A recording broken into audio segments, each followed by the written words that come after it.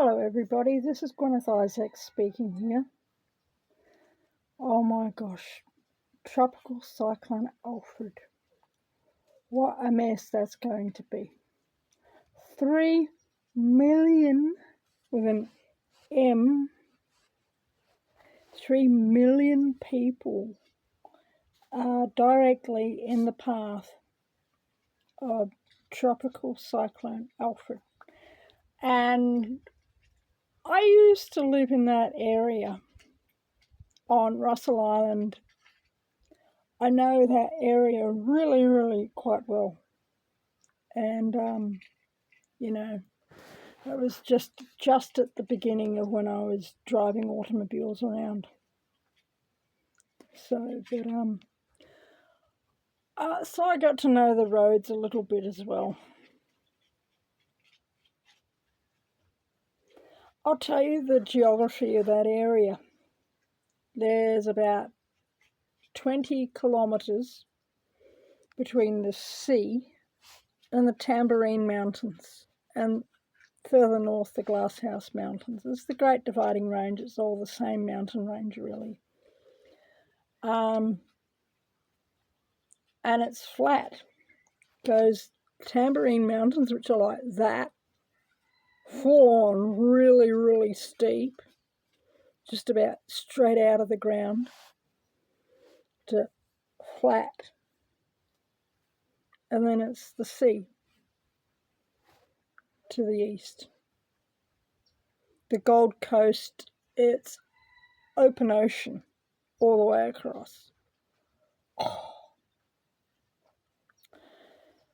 And a little bit further north, up around Logan, Capalaba, you get Moreton Bay. So Moreton Island provides a little bit of shelter. Stradbroke Island, North Stradbroke, South Stradbroke Island provides a bit of shelter for hurricanes. So the southern Moreton Bay Islands, what is it, Russell, Carragara, I can't remember their names, I can just remember Russell and Carragara. But there's a few of them. The islands that are there, Russell Island, Carragara Island, about another 2, I think, whose names just escape me because it's like over 20 years since I've lived there. But, it's going to get hammered. Russell Island and Carragara and the other islands in that group will be somewhat protected by North Stradbroke and South Stradbroke Island. They will be, but it's going to be rough. I'm actually glad I don't live there anymore, because we were on quite a low-lying area of the island and we would have probably been flooded. There's a whole history around Russell Island, which I won't go into right now. That's a very pretty part of the world, but boy, oh boy, if there's an area that is worse for police corruption than right here, it would be Redland Bay, which Redland Bay police deal with Russell Island and the other Moreton Bay Islands. Oh my God. I might have told the story once, twice on this channel, but I had a yacht, and then I had done nothing wrong, nothing at all. Oops, hand on microphone makes sound. I had done nothing wrong at all, but the Redland Bay police somehow decided that they didn't like me, and they destroyed my life. I had a yacht, and they sank my yacht in a shipping lane. And they smashed every window in a demountable building that I was having put on my land. They smashed every single window of that building. They destroyed the place. I ended up getting it removed, sold the land, got out of there, got my boys out of there. Boy, oh boy, oh boy. I am so glad I don't live there anymore. The ordinary people of Russell Island and that whole area was so beautiful. But the municipality, crikey jinkies,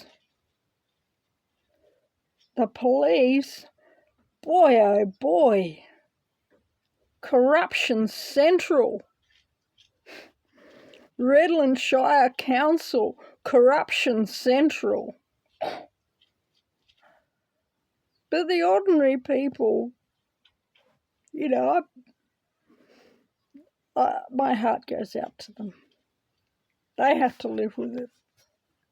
And they haven't, the last I heard, they didn't allow themselves to be contaminated with the, you know, disgusting, in a word, disgusting behaviour of the local people who think they run the show. You know, one year or two ago, one of the houses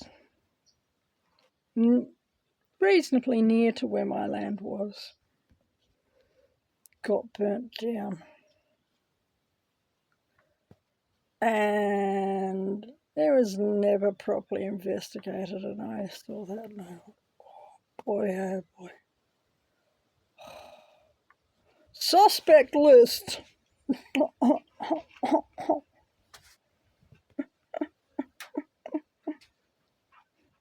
Blue team. I don't know who did it.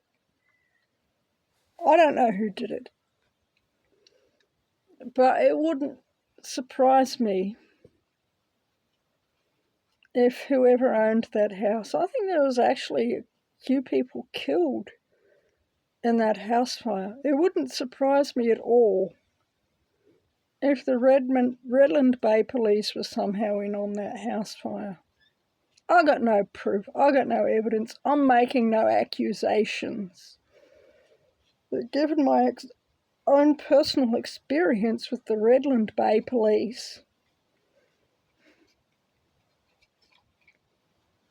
it would not surprise me 1 ounce if they were the ones who, you know, had something to do with burning that house down on Russell Island.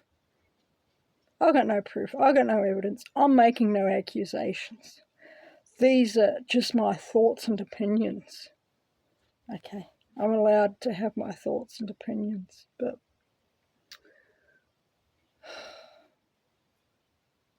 boy, oh boy. I feel, you know, it would not bother me 1 little ounce because the Redland Bay Police Station's right on the waterfront. Well, it wouldn't even be 4 feet above sea level. Right there. It wouldn't bother me 1 ounce if the Redland Bay Police Station got flooded out. I just hope there's no prisoners in the cells. But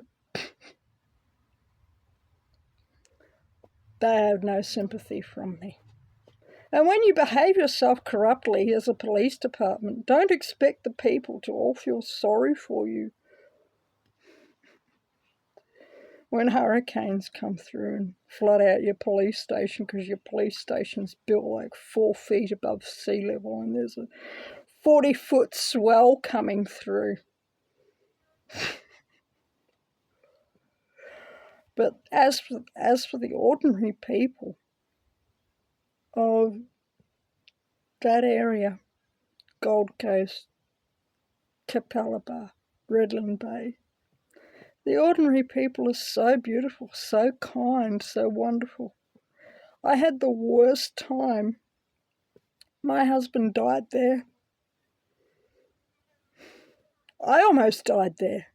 I almost died in childbirth, and the people at the hospital in Brisbane, 48 hours after I gave birth, sent me home to Russell Island. An hour by car and an hour over the water, an hour by sea. That was a very unfortunate time of my life. Very sad time. But, boy, that place is so beautiful. The people there are so beautiful, the ordinary people. Like I said, the people who think they run the show.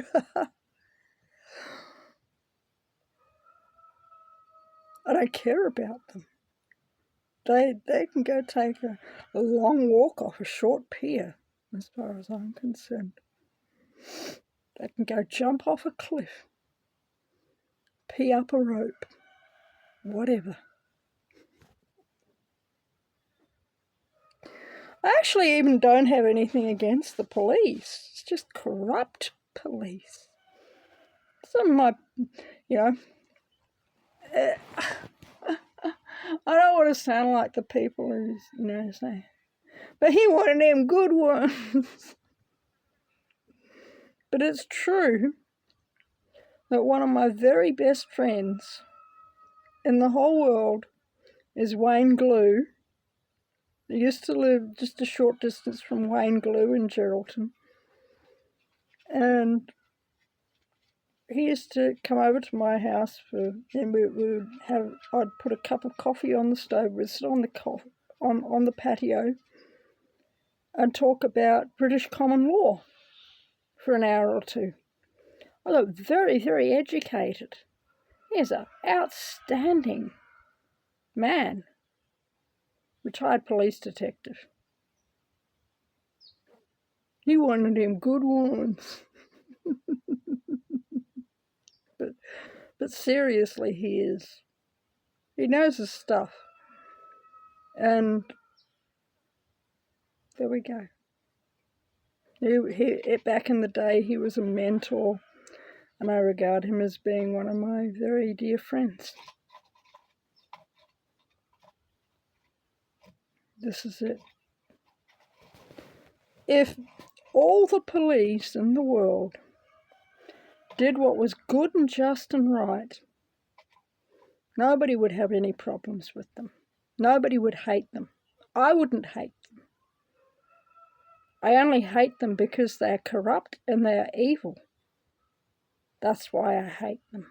If they can show me that they're not corrupt, not evil, that they are there to be the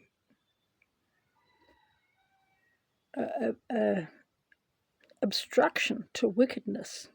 What's the words the Bible uses? Something like obstruction to wickedness or something like that. That's why the police are there. They are there to be an obstruction to wickedness. And if you're a police officer watching this, you need to consider, are you an obstruction to wickedness? Or are you an instrument of tyranny? If you're an instrument of tyranny, there's a reason why people hate you. And you need to sit back and think, what is going to be the consequences for your soul in the future? You might not believe God exists. I assure you, God exists. You're going to have to meet him one day. Go onto YouTube and watch some near-death experiences of atheists and Satanists,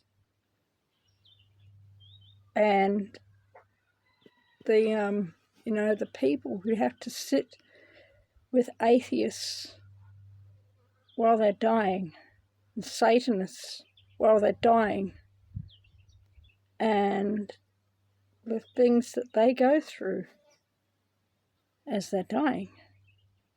They know what's coming. They know it ain't good. Oh boy, it ain't good. It ain't good at all.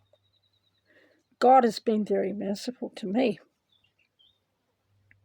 because He gave me a new heart and a new life. Jesus came to the earth and He died for your sins. He took the punishment for you, Mr. Police Officer, who spent your whole life, maybe didn't intend to. Maybe you intended to go to the police to be an instrument of righteousness and an obstruction to wickedness. But then you found out that you were spending your entire life enforcing tyranny, writing out, infringement notices for poor women who can't even pay their rent, which means they're going to be homeless, lose their jobs. Family department steps in, they take the children. The children end up in a bad situation in foster care and things happen to them. Or because you wrote them an infringement notice. I went away feeling good about it. Does God feel good about you for doing that?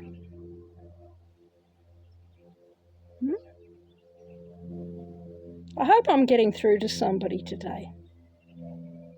Because this is the wickedness and the evil, the despicable evil of the motor vehicle registration and licensing system.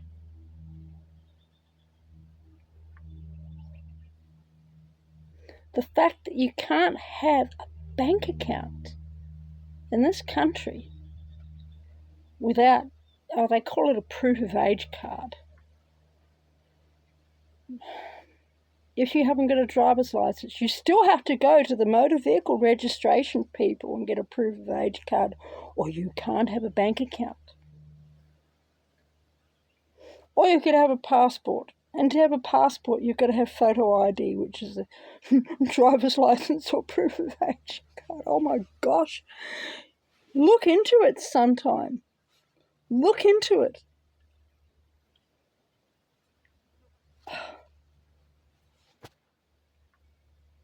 Someday, very soon, this whole society is going to collapse.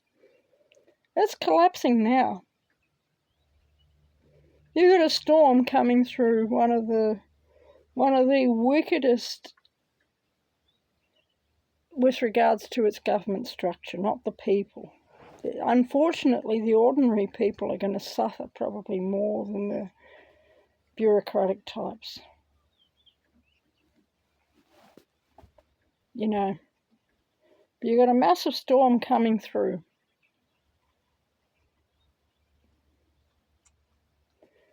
City of 3 million people with one of the wickedest, most evil bureaucracies and governments in the whole country. Really gonna be wiped out.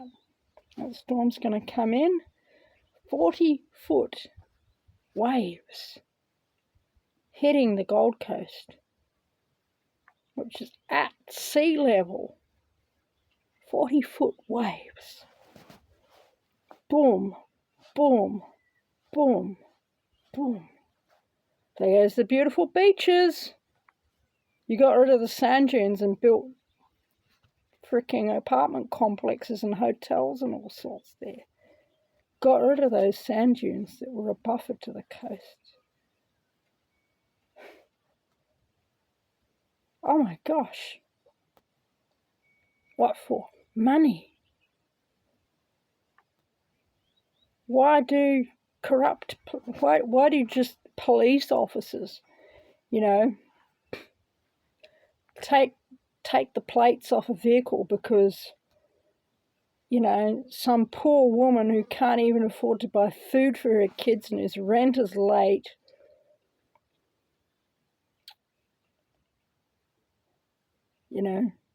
then she's got no car, she loses her job and her whole life falls apart, because some bastard cop took the plates off her car. That's happened to me. I refused to cooperate with them. She said, stuff you.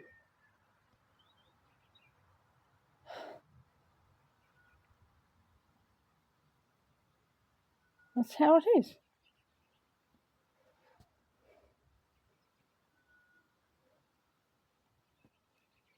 They're going to have to face consequences, unfortunately. And it's unfortunately because it's always the ordinary people who pay for the corruption of their government. 40-foot waves coming in, straight off the ocean. Tropical cyclone winds, blowing the place apart. The rain coming down, more than a foot of rain each day. Those clouds hitting the orographic, hitting the Tambourine Mountains, the Glasshouse Mountains, getting pushed up, being forced, the water by the orographic effect being forced out of those clouds. Just more rain coming down in the mountains. Got nowhere to go except down the side of the mountain, back into the Gold Coast. More water. King tides at the moment. More water. More water. More water.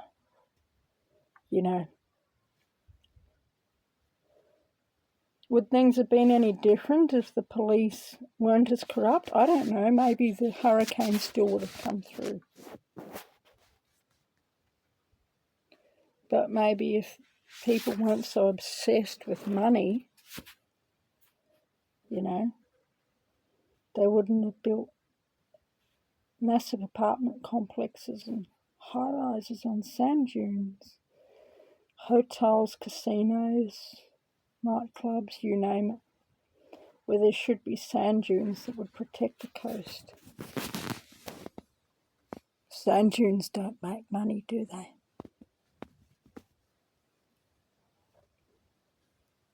It's sad. I really feel sad for the people. I weep no tears for the corrupt bureaucracy. Hello.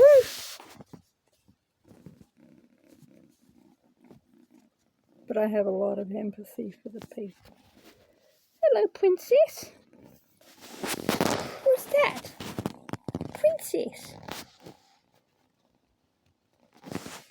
She's so beautiful. Anyway, probably the cyclone still would have come through.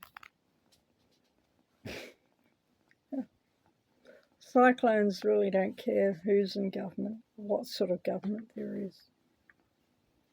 But who the government is, what sort of government there is, affects how people can deal with these sorts of disastrous situations. God bless you all, and I'll see you later.